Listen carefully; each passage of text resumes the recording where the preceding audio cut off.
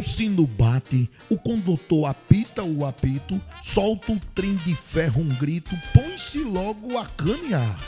Vou danado pra Catende, vou danado pra Catende, vou danado pra Catende com vontade de chegar. Mergulham os mucambos, nos mangues molhados, moleques mulatos, vem vê-lo passar. Adeus, adeus, mangueiras, coqueiros, cajueiro em flor, cajueiro com frutos já bons de chupar. Adeus, morena do cabelo cacheado. Vou danado pra Catende, vou danado pra Catende, vou danado pra Catende com vontade de chegar. E por aí vai. Viva o poeta palmarense Ascenso Ferreira com a poesia Trem de Alagoas. Amigos, estamos iniciando mais um programa Boa Prosa. E hoje vamos receber mais um entrevistado que ele mesmo vai fazer a sua biografia. Quero expressar a alegria, a satisfação de recebê-lo para falarmos de temas importantes, tais como as profissões do futuro, quais os países de ponta nas novas tecnologias, a Revolução 4.0 e se as nossas escolas estão incluindo nos seus currículos, estão preparando, forjando homens para serem empreendedores. Quem é o meu entrevistado? Olá, Lolica, obrigado pelo convite. Você realmente é um precursor da divulgação da ideia, desde o programa que você tinha anterior com o Falando Sério. Realmente é uma grande honra estar aqui. Eu sou Rômulo Lara, natural do estado do Rio de Janeiro, especificamente de Niterói. Não sou carioca, sou de Niterói. Não é carioca? Não. Então quem nasce em Niterói não é carioca? É fluminense. Que coisa, rapaz. Que é carioca. É por isso que vocês torcem todo pelo Fluminense ou lá divide também, Flamengo? Não, lá também se divide Flamengo, Botafogo, Vasco, etc. Que bom. Então, estudei em colégio público, fiz faculdade à noite, me graduei em Qual é a formação de... Eu fiz engenharia civil. Engenharia civil. Me especializei em metrô, por isso eu conheci o metrô do mundo inteiro, etc. Tal. E, por frustração minha, o projeto, a ideia de metrô, que é a não interferência com a superfície, você tem uma mobilidade sem interferir com a superfície, não foi aprovado, foi repudiado desde a década de 80 e agora que se voltou a ver que o Brasil perdeu muito com essa ideia de não ter investido em metrô. Hoje nós temos um trânsito caótico na maioria das grandes cidades, você vê Recife, todo mundo. E agora se tem um paliativo que é um trem sofisticado que não é metrô. Se chama metrô, mas é um trem de superfície. Metrô, ele é por baixo. Os primeiros metrôs foram de Londres, ainda atração animal. Naquela época já havia um grande congestionamento de carruagens e charretes na superfície. Então, como eles tinham muita experiência em túneis de carvão, etc., tal, de mina de carvão, fizeram os túneis e foi lá. Então, até hoje funciona lá o sistema. E depois me envolvi na área comercial de caminhão. Tive concessionárias, etc. Tal, e acabei chegando aqui por uma questão de uma transportadora que eu tinha e tinha uma negociação com antigos arrendatários da usina e acabamos chegando aqui e onde eu pousei aqui em Palmares. Qual foi o ano que você chegou em Palmares? Eu cheguei em 2009. Logo em Palmares, na cidade? Na cidade, especificamente para cá. Foi o GPS que ele trouxe, foi? Me trouxe aqui, foi um acordo com uma grande empresa lá do pessoal da Bertin, né, o Fernando Bertin, etc. Tal, que eu estava com um questionamento lá, um crédito grande, me ofertaram aqui, eu cheguei aqui. E nada deu certo, mas em compensação, eu encontrei uma cidade com um povo maravilhoso. Isso é uma coisa que eu reputo. Eu estou aqui há 11 anos e tenho orgulho de dizer que gosto de Palmares e não gosto que ninguém fale mal dela. Se não gostar de Palmares, vá-se embora. Aqui é para quem gosta. Eu gosto da cidade. Muito bonito. E nos alegra muito. Fui muito bem acolhido. Fui extremamente bem acolhido. Aqui fiz grandes amizades. Você, o Coronel, várias pessoas. Eu ia ser injusto porque eu tenho muitos amigos aqui, efetivos amigos. E aqui encontrei um negócio fantástico, a paz. Essa é uma cidade de paz. Pode ser um paradoxo, mas é uma cidade de paz. Que interessante, né? Então, eu me sinto bem nessa cidade. Eu tenho meus irmãos moram no exterior, etc. De vez em quando eu os visito. E quando eu fico muito tempo lá, eu tenho vontade de voltar para cá. Eu gosto de voltar para cá, com o meu canto. Eu tenho prazer de voltar para Palmares. Acho que nós estamos evoluindo. Nós provavelmente teremos bons governos no futuro. Teremos iniciando agora, estou com muita esperança no Júnior. Uma pessoa que viveu lá fora, que sabe das coisas, sabe como funciona uma administração, o que pode trazer prosperidade para a cidade. Então, eu tenho muita esperança. Que bom, Rômulo. A gente fica muito feliz, em especial nós que somos palmarenses, né? Esse projeto de web que está nascendo exatamente nessa terra dos poetas. E, lógico, veja também da minha alegria que nós iniciamos o programa com Trem de Alagoas, né? Belíssimo, que é um clássico, belíssimo, né? Belíssimo. É um clássico do poeta Ascenso Ferreira, não é? Mas, Rômulo, veja bem, amigo, nós queríamos saber o seguinte: você é uma pessoa que nós sabemos, conhece os Estados Unidos, já andou pelas bandas da China, por ali abaixo, conhece o mundo, na verdade, né? E eu queria, principalmente levando essa mensagem para os nossos jovens, querendo dar uma contribuição para a nossa sociedade, os nossos internautas, enfim, as pessoas que nos acompanham. Para saber, logicamente, a partir de agora, quais são as profissões do futuro? Pergunto eu. Porque daqui a pouco o cara diz: eu quero ser pintor, eu quero continuar a ser cortador de cana, eu vou continuar como sapateiro ou coisa que o valha. Nada contra essas profissões honradas. Mas eu digo o seguinte: se nós tivéssemos, e nós temos essa obrigação, de orientarmos os nossos filhos, os nossos netos, a população, não é? Os nossos assistentes, para indicar que ele começasse a pensar no futuro e que profissões nós poderíamos indicar para essa juventude, Rômulo. Olha, entenda bem o seguinte: não haverá nenhum emprego para quem não tenha qualificação. Aquela situação nível técnico, nível superior, nível de pós-graduação, de doutorado. Não haverá.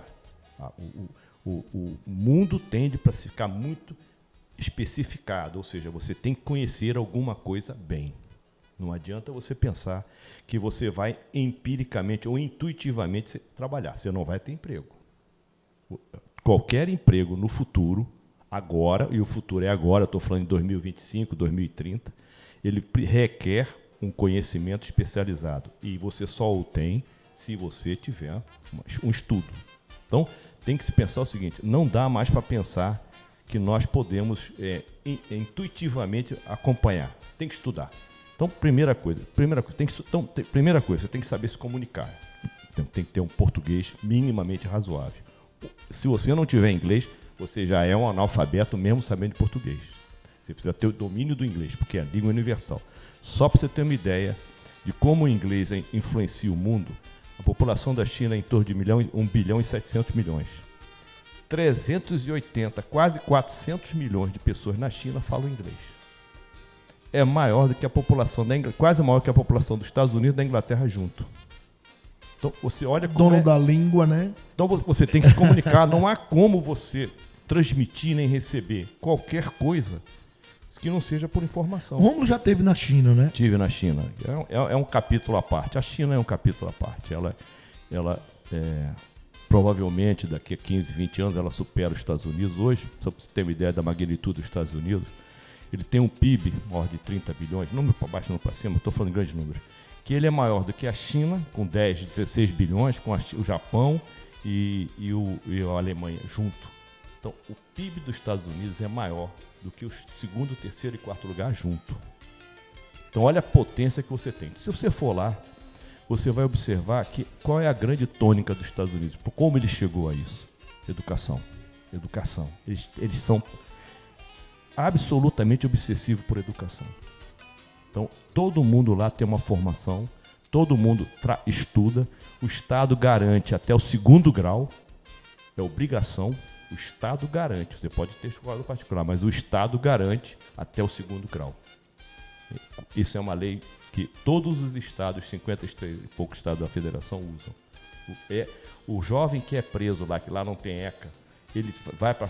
O ECA, lembrando ao nosso internauta, que é o Estatuto da Criança e do Adolescente, né? Então, lá não tem ECA. Não tem ECA. Então, o jovem que comete um delito, ele tem a mesma pena, aí você tem o número certo, que um adulto. A mesma penação que fora dada a um adulto é também atribuído ao menor. A prática criminosa é avaliada no mesmo padrão, no mesmo nível, a mesma pena. Só para você ter uma ideia, meus 2 sobrinhos lá são advogados lá, na sua honrosa profissão, e a minha sobrinha trabalha numa ONG que está querendo mudar, fazer um projeto, ir para o Supremo, um processo para o Supremo lá jurisprudencial, depois você pode esclarecer bem isso, para tentar que 2.000 e tantos garotos, crianças até 16 anos classificam como criança, tenham direito à liberdade condicional em prisão perpétua, porque tem 2.600 e poucos crianças com liberdade, com prisão perpétua, sem direito à liberdade condicional. Meu Deus do céu. Crianças. Olha como é que é dura a legislação lá. É, muito dura. Entendeu? Muito dura. Então, o que acontece? Lá, o que nós temos hoje, a educação lá é muito séria. E eu estava comentando. E o presídio do garoto, ele é diferenciado. E o Estado dá aula dentro do presídio para esses jovens. Então há uma ressocialização, há uma verdadeira reintegração, há uma verdadeira recuperação, né? Porque infelizmente no Brasil nós entendemos que não há presídios, há depósito de seres humanos, as condições são degradantes, é impossível conviver dentro de um presídio, porque às vezes justamente a capacidade, ou a gente dá um exemplo que agora está mudando aqui na nossa cidade, em Palmares, internauta, no estado de Pernambuco, nós temos o presídio Dr. Rorenildo da Rocha Leão, com a capacidade para 72 pessoas. Já chegou a ter, eu acho que tem 1.050 pessoas. Então, verifique um espaço que for estudado, atribuído para 72 pessoas, você tem 1.000 pessoas dentro desse presídio. Ô Rômulo, mas assim, objetivamente, então, quais as profissões que você poderia indicar do futuro? Todas elas são ligadas à mídia. A mídia social vai ser uma grande profissão do futuro. Mídia social. Não tem a menor dúvida, ela vai ter um impacto muito grande. Quase tudo hoje é transferido e pela mídia, inclusive aula de inglês, aula de alemão, de italiano. Você vai hoje na mídia, está tudo na internet, está tudo aí, com bons professores. A área tecnológica pesada, quer dizer, você vai ter que ter investimento na área tecnológica. Quer dizer, engenharia, por exemplo, hoje tem engenheiro de produção, engenheiro de tecnologia. Hoje tem muita gente, a própria medicina hoje ela vai se fundir com a tecnologia. Você não vai conseguir ser um médico se você não tiver tecnologia. Você hoje já tem. Mas o médico então continua ainda também sendo uma profissão de futuro? De futuro, mas não mais na medicina clássica. Isso. Ele vai ter que ter uma grande parte dele associada à tecnologia. E esses cursos técnicos, então, é aconselhável para a juventude? Uma qualificação, como você... É uma qualificação, pode ser uma escada, mas é uma qualificação. E tem hoje técnico, dada a escassez de nível técnico, que ganha tão bem quanto um engenheiro do nível superior. E se você fala técnica de refrigeração, técnico mecânica, técnico de sistema de internet hoje, técnico marketing, tem essas coisas em tudo. Quer dizer, ou seja, então o curso técnico ele está em voga também. Você tem que ser qualificado. Exatamente. Técnico em enfermagem. Então aí, juventude, né? Qualificação, cursos técnicos, também pós-graduação, graduação e assim por diante. Que o indivíduo percebe que a sua necessidade. Mas o que ele tem que entender é o seguinte: não há espaço para improvisação. Entendido. Ele tem que ter uma educação formal. Claro. Então o camarada, infelizmente, que não estiver aculturado, vamos dizer, ou melhor, culturado com a cultura ou com seu nível de conhecimento, ele está fora do mercado. Fora do mercado. Ô Rômulo, mas pergunto também, você até já iniciou, mas quais são os países, né, de ponta das novas tecnologias? Você que anda pelo mundo todo. Olha aí. Só, obviamente. O Brasil não está, né? Isso é um caso à parte. Nós perdemos o primeiro lugar da melhor universidade da América do Sul para o Chile. A USP já não é a primeira universidade da América do Sul, é o Chile. Isso. Então, nós temos hoje um grande bloco de tradicionais, que são as grandes faculdades, os Estados Unidos, a Inglaterra, a Rússia. Mas nós temos hoje os emergentes que estão dando show em educação, que são Israel, A melhor Israel. universidade de engenharia do mundo hoje é em Israel. Que coisa bacana. É um negócio de ponta mesmo. Israel. Todo mundo quer estudar lá. Segundo, você tem o Vietnã do Sul. Vietnã do Sul. Meu Hoje, Deus. Coreia do Sul. Os japoneses são muito avançados, né? Eles estão hoje quer dizer, o currículo, a grade curricular dele é espetacular. O Japão está mudando toda a grade curricular dele agora para ter uma aula menos transmissida e mais interagida. Hoje eles estão usando exatamente a tecnologia. No final de contas, tudo é tecnologia. Você observa o seguinte, no Japão, uma escola no Japão não tem faxineiro. Não existe faxineiro numa escola no Japão. Quer dizer, se você tinha como profissão ser faxineiro ou a faxina, tá fora do mercado. Quem faz a faxina são os próprios alunos. A gente verificou na Copa do Mundo aqui, Temos. eu fiquei boquiaberto aqui, inclusive na Arena Pernambuco, aqui no estado de Pernambuco, os japoneses que acompanhavam aqueles jogos, ao final das partidas, eles deram uma lição de civilidade. Foram eles que fizeram a limpeza do estado, recolheram seus lixos. Aquilo é um exemplo. E dos outros, não foi deles não, que eles sujam até pouco, né? Vou lhe dar uma Que coisa maravilhosa, noção serva de exemplo, que sirva de exemplo. de medida. Nos Estados Unidos, no Japão, não tem lata de lixo pública. Os Estados Unidos Não, no Japão. não tem lata Não de tem lixo. lata de lixo. Cada um pega seu lixo e bota dentro do seu bolso ou da sua bolsa. Não existe, você não joga lixo E onde é depositado esse? Ele leva para casa dele. Entendi. O lixo é dele, não é do poder público. Então E ele dá o destino. Recicla e dá o destino.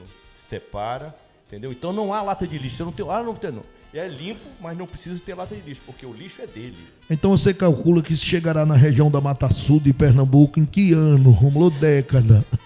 Olha, provavelmente nós já devemos estar fossilizados. Já. Então a gente aqui, vamos dizer, os países de ponta que estão aproveitando a nova tecnologia, você disse que são os... Olha, inclusive tem uma surpresa. Índia é um país de ponta em educação. Tem a questão da vacina agora, né? E ele é um país de ponta em educação. Em laboratório altamente. Ele é. Primeiro que ele tem muita gente. E segundo, ele investe. A Rússia, a Austrália, Nova Zelândia, todos esses países, Canadá, investem pesado em educação. Então estão Alemanha, na frente, né? Alemanha. Estão na frente. Então, eles se recuperaram de dois traumas grandes, foi a Primeira e Segunda Guerra Mundial, e conseguiram através da educação. Você sabe que tem um case de professor, que é muito famoso, que na Segunda Guerra Mundial, quando terminou a Segunda Guerra Mundial, como morreu muita gente, muitos professores, todo o quadro de elite morreu na guerra, eles não tinham professores, e quem era bom não queria se interessar a ser professor, tinha outras profissões mais rentáveis.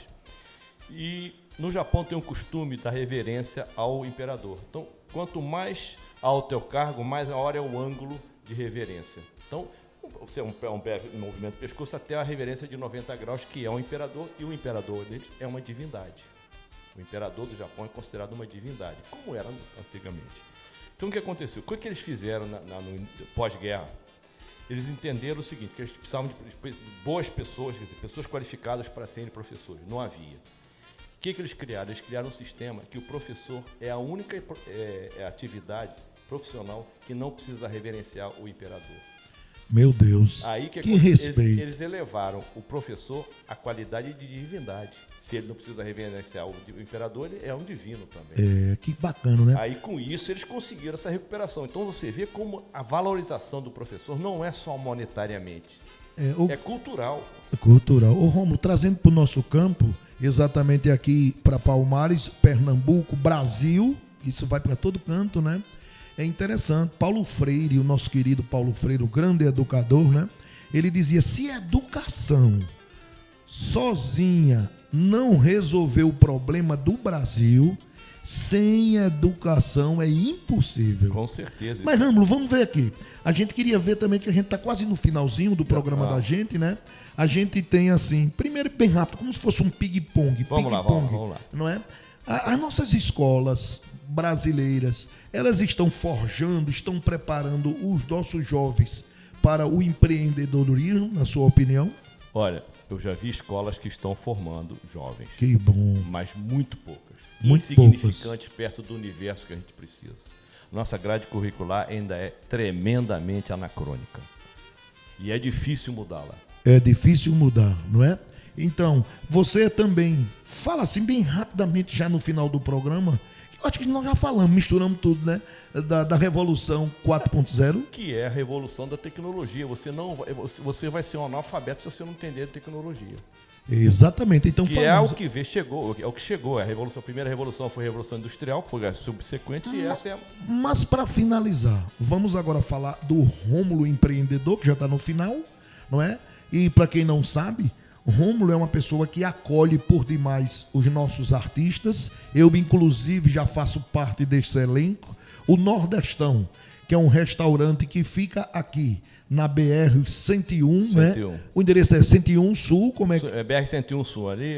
BR-101 Sul, aconchegante, não é? Bom estacionamento, comida de qualidade, atendimento excelente. Aí uma mistura do homem dos Estados Unidos, da Revolução 4.0, vem para a cidade de Palmares, fica encantado e a gente fica muito feliz. Sabemos que você está gerando emprego, está gerando renda, mas a ideia transformou aquilo que parece mais numa fundação de cultura, porque todos os eventos literários, musicais, vários lançamentos, inclusive eu pretendo bem em breve fazer um lançamento lá de um nosso álbum, vamos chamar assim, e pergunto este Rômulo, quem é este Rômulo?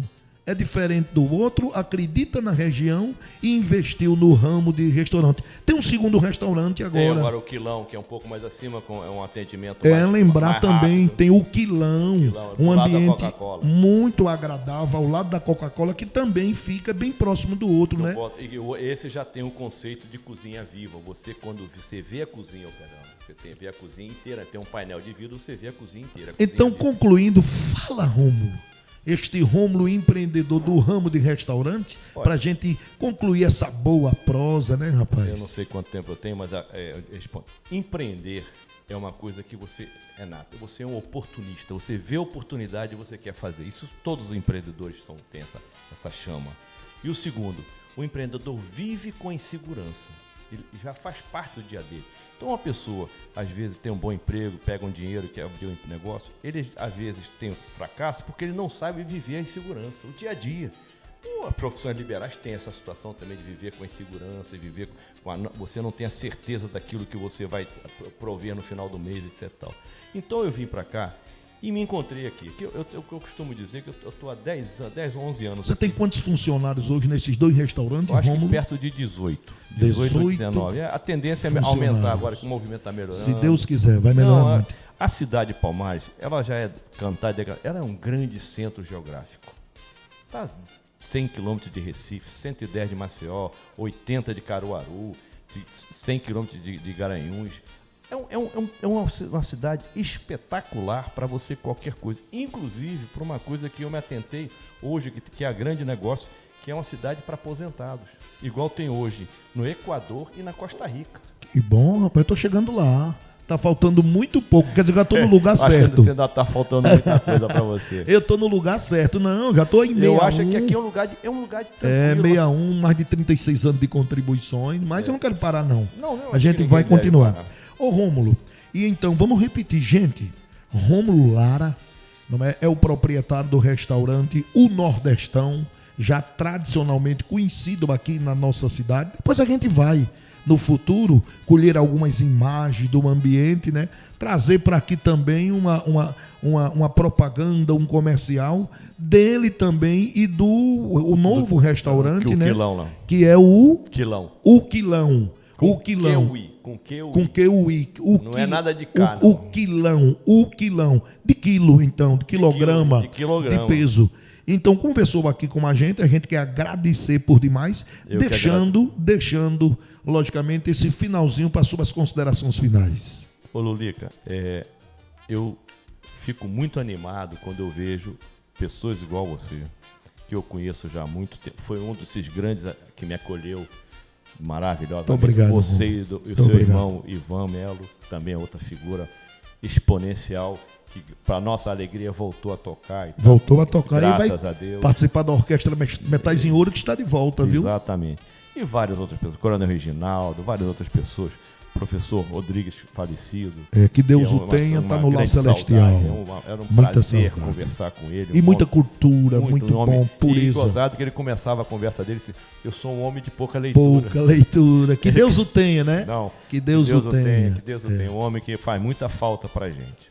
É uma pessoa alegre, espontânea. Então viva também um grande abraço, né? A família do professor Rodrigues, não é Eu saudosa presto a minha memória. homenagem pra ele. E ele está dentre nós. Nós somos o multiplicador da história dele que se assemelha com a nossa. A nossa. Então eu agradeço muito o convite, essa forma de a gente poder contar um pouco para ver se alguém entende que tem que ter trabalho, estudo e uma proposta de vida organizada. Alô, internautas. Chegamos ao final de mais um programa Boa Prosa.